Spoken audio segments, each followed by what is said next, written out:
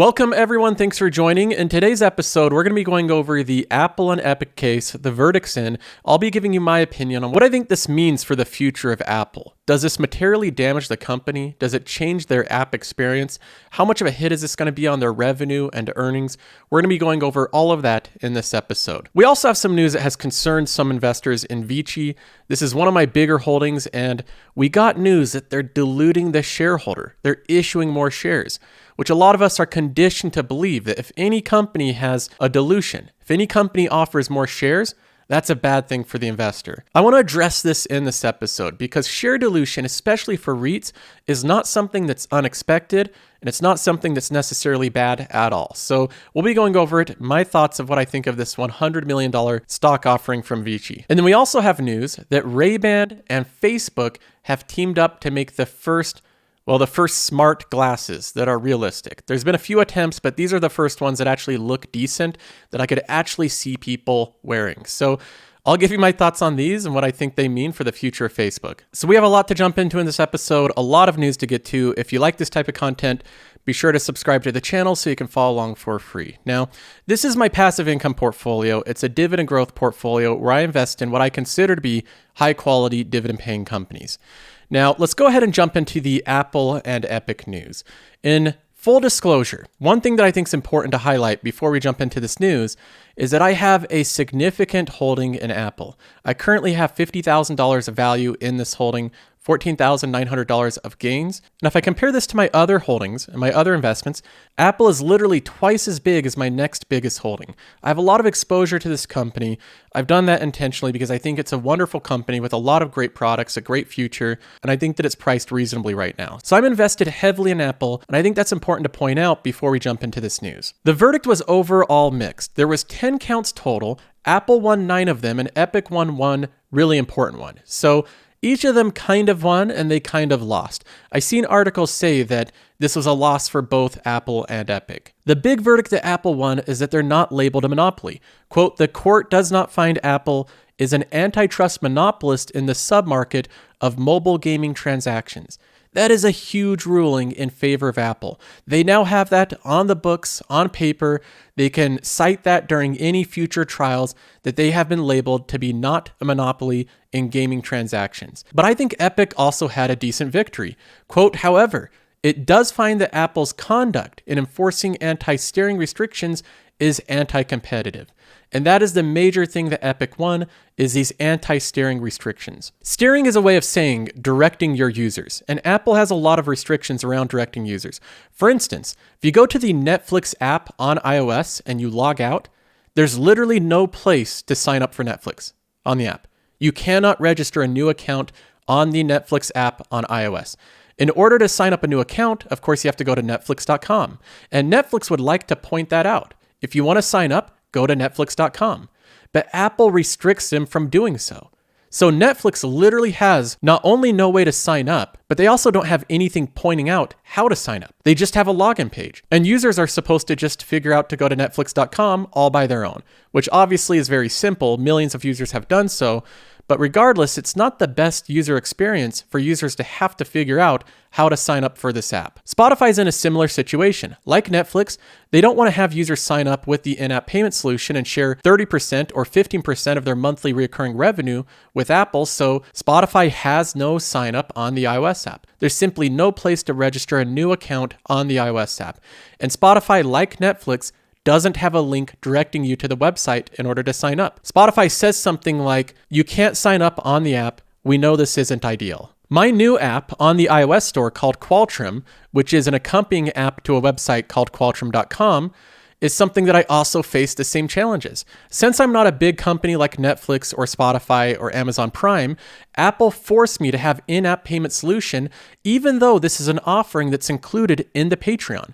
So all my Patreon members have access to the Qualtrim app, but Apple still required that I offer their in-app payment solution so that if anybody finds it in the iOS store, they can sign up directly there without going to Patreon. And Apple would not let me steer users to Patreon. So I know how this treatment feels as well. Instead of Apple just allowing me to offer a login for current Patreon members, I had to offer their in-app payment solution, which overall just ended up confusing customers. And this is what the ruling changes. In a win for developers, but not specifically Epic, Gonzalez-Rogers ruled for a permanent nationwide injunction blocking Apple not only from keeping iPhone users in the dark about alternate ways they can pay, but potentially allowing developers to actually stick their own purchase mechanism into their own apps. It heavily depends on how the courts define a button. So stay tuned for a lot of friction and experimentation around that. So this is where things get a little bit confusing. We know from this ruling that app developers, like Netflix or Spotify, or even with my app Qualtrim, will be able to link out to other payment methods. I'll be able to put a link in there that says, hey, go to Patreon to pay for this. You actually don't have to use the in-app payment solution. But we don't know if they can actually have the payment processing done right in the app. And those are two very different things. So a lot of this depends on how the little nitty-gritty details play out, which right now I really don't have a clear answer for. But one thing that I'll highlight is Epic specifically didn't have a big win here. They say it's not a win for Epic for two reasons. Epic breached its contract with Apple, and they're forced to pay back all the money that was essentially stolen from this breach of contract. Second, because even if Epic did want to now insert, say, a PayPal button into Fortnite, it can't. Apple terminated Epic's developer account when the company breached its contract, and Judge Gonzalez-Rogers confirmed that Apple is completely within its rights to keep Epic off the App Store for good.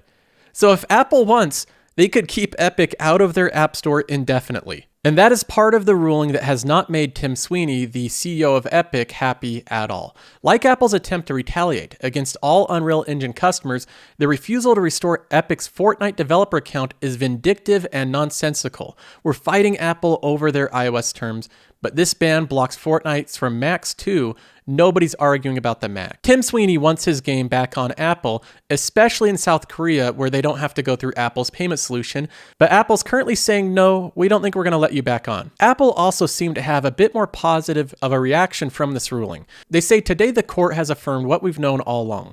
The App Store is not in violation of antitrust law. As the court recognized, success is not illegal. Apple faces rigorous competition in every segment in which we do business, and we believe customers and developers choose us because our products and services are the best in the world. We remain committed to ensuring that the App Store is a safe and trusted marketplace that supports a thriving developer community and more than 2.1 million US jobs, and where the rules apply equally to everyone. That's Apple's kind of big business, positive response. I don't necessarily agree with all their conclusions there. I don't think that all the rules in the App Store are equally applied to everyone. Now, Tim Sweeney's response to this wasn't quite as cheery. He says, today's ruling isn't a win for developers or for consumers. Epic is fighting for fair competition among in-app payment methods and app stores for 1 billion consumers. So he outright says this wasn't a win for developers and consumers, which I disagree with. I think this was a win for developers, not necessarily consumers. Gene Munster, one of the Apple analysts, highlights that what consumers really want, above all else, is convenience. They don't want to be directed to a lot of different payment solutions and payment methods. They want one way to pay, which is convenient and easy, which is what Apple has offered up until now. For a typical consumer, the ability to manage their subscriptions and their in-app purchases in a single place like they can on OS, the security, some of the provisioning around it, I think that there's value there. I ultimately bet on humans being lazy, and if the price is the same, they will likely just continue to transact on platform versus take a lead from a steering inquiry from an app developer. I agree with Gene here. I think what most customers want above all else is to be lazy. The way that I would phrase it is convenience. Customers love convenience. They choose convenience above all else. If one option is a little bit more expensive but far more convenient, I think that most people will lean towards the convenient option. So overall, all things considered, I think that this was a good ruling from the judge. I think that it both met some of the concerns from Epic, but it also didn't destroy some of the very unique things about Apple. There wasn't any major dramatic changes like allowing entire other app stores to be installed on the iPhone, but it also relaxed some of the restrictions of Apple, specifically with their anti-steering, allowing developers to reach out and direct users to different payment solutions, which I think is completely reasonable. So all things considered, I thought this was a good outcome for both developers and Apple. Now, how will this affect Apple's revenue and their net income? The worst case scenario estimate is that it would affect 2% of Apple's revenue and 4% of their net income if every major game developer steered people away from Apple's in-app payment solution. The worst case scenario is also pretty unlikely. So I don't think we're going to see that big of a hit to Apple's revenue or their net income, but I think there certainly will be some hit if some of these major developers do direct users to other payment solutions. Now, moving on from Apple, we also have some news that VICI Properties, one of the real estate companies that I'm pretty heavily invested in. It's my biggest real estate company by far. I have $21,000 of value in VICI, as well as $3,500 worth of value in MGM Growth Properties, which VICI's buying. So I really have around $25,000, give or take, invested in this company. And they just announced a new $100 million stock offering, which means that they're diluting current shareholders. They're selling shares of the company back to the shareholders. And I think most of us have it in our heads that stock offerings and dilution in particular is a pretty scary bad thing. Here's a scene from The Social Network talking about dilution. What was Mr. Zuckerberg's ownership share diluted down to? It wasn't. What was Mr. Moskowitz's ownership share diluted down to? It wasn't. What was Sean Parker's ownership share diluted down to? It wasn't. What was Peter Thiel's ownership share diluted down to? It wasn't. And what was your ownership share diluted down to? 0.03%.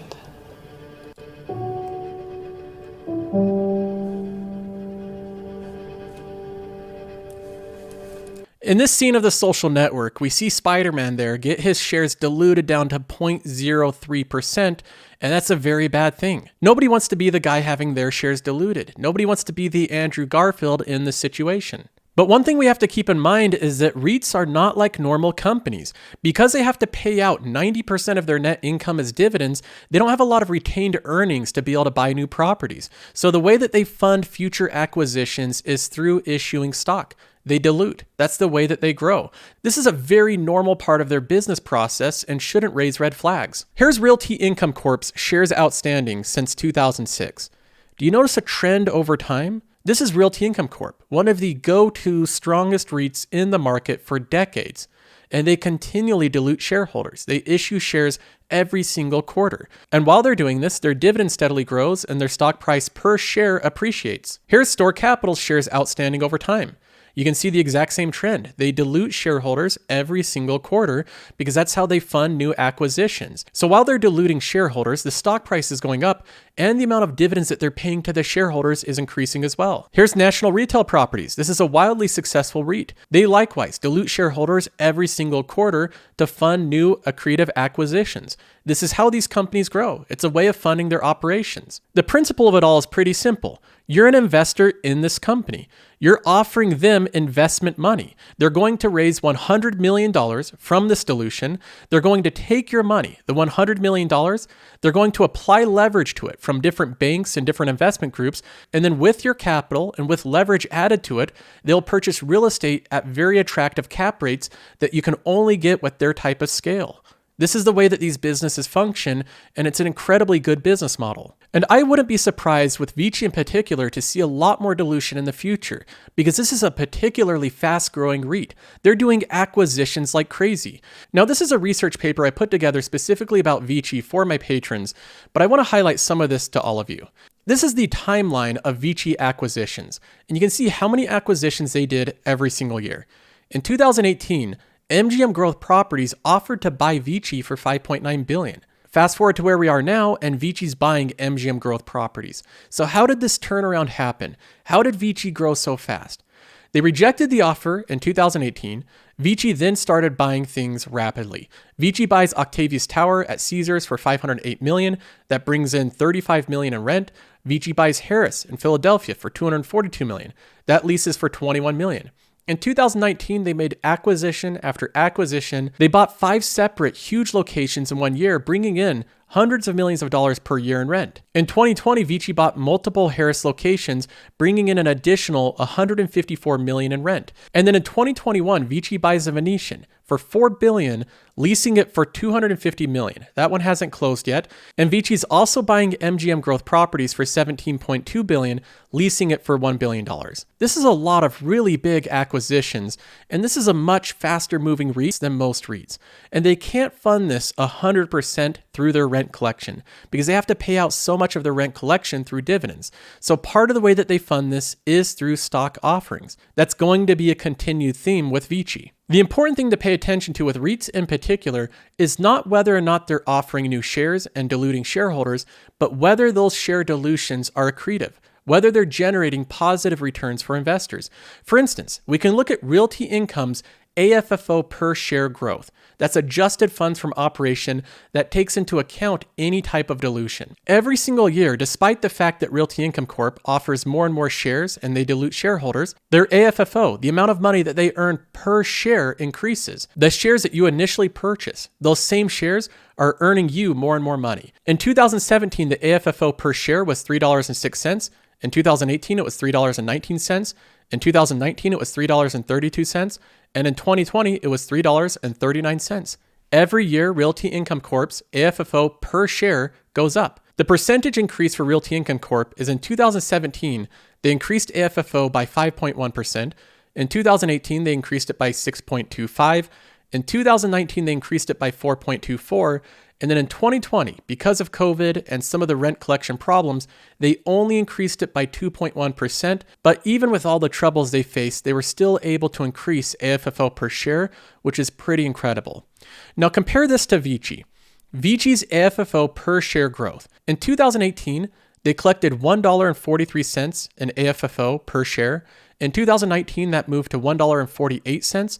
And then in 2020, it was $1.64. So on a percentage basis, that means that in 2019, they increased their AFFO per share by 3.5%. And then in 2020, when other REITs were struggling to increase their AFFO per share, and most REITs had negative AFFO per share, VICI increased theirs by 10.8%. And VICI highlights the importance of this on their investor presentation, showing that in 2020, despite the fact that they're diluting shareholders and issuing more shares, they're still growing their AFFO on a per diluted share basis faster than every other REIT. All the other major ones. Most of them actually had declines in 2020 because of rent collection problems, but VICI still managed to grow theirs above 10%. And this is again with dilution factored into the calculation. This is on a per diluted share basis. So the important thing is not just to look at dilution, but to look at whether it's being used wisely. If the AFFO per share goes up, that means that they're using the dilution for your benefit. They're growing the earnings on a per share basis. And so as long as this percentage is increasing year after year, VICI's doing the right thing.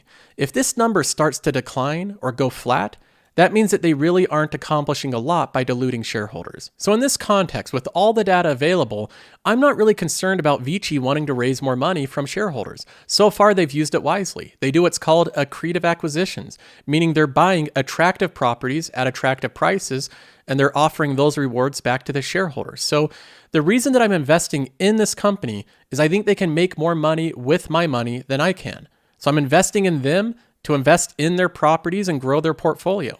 If I was really concerned about the management's ability to use this money wisely, I wouldn't be invested in this company in the first place. Now it's time we jump into the next big iterative leap in technology, which are glasses that are kind of creepy and can record people without them really noticing. They're the Ray-Ban stories. And of course, they're being created by the most trustworthy individual, Mark Zuckerberg. Hey everyone. We've believed for a long time that glasses are going to be an important part of building the next computing platform and unlocking a whole new set of experiences for people. So I'm excited that today, we finally get to share what we've been working on with EssilorLuxottica. We wanted to build something that would enable you to easily capture and share experiences from your point of view. And we thought, if we're going to build best-in-class glasses, a great place to start is with the iconic Ray-Ban frames that people already love. So I'm proud to introduce to you Ray-Ban Stories.